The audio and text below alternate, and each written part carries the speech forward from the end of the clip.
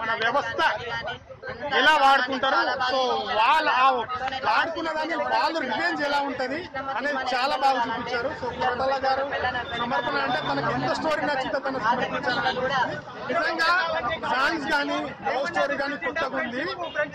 నిజంగా ఫ్రెండ్షిప్ గురించి అయితే నెక్స్ట్ లెవెల్ ఉంటుంది, మీకు రివీల్ చేయను, చాలా బాగుంది. సో హీరోయిన్ ఆయన ఫ్రెండ్ క్యారెక్టర్ అయితే నెక్స్ట్ లెవెల్ ఉంటది. సో ఎమోషన్ కానీ చాలా బాగుంది, మ్యూజిక్ బ్యాక్గ్రౌండ్ ప్రతి ఒక్కటి. సో ఒక బ్లాక్ బాస్టర్ సినిమా అవ్వడానికి ఎలా 24 కష్టపడతారో చాలా కష్టపడ్డారు. సో నిజంగా మీరు ఎక్కడ బోర్ ఫీల్ అవ్వరు. మీరు ట్విస్ట్ ఒక ప్రేక్షకుడు మనకు 2.5 hours ఎంజాయ్మెంట్ కావాలి, ఆ ఎంజాయ్మెంట్ దొరుకుతుంది. ట్విస్టులో మీరు ట్విస్టులు చాలా బాగుంటుంది.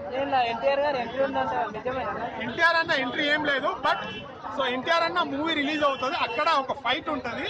సో అది దాంట్లో వాడుతున్నారు.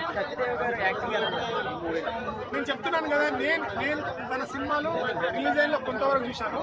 ఆ కొంతవరకు అంటే ఇది బెస్ట్ యాక్టింగ్ అని చెప్పచ్చు.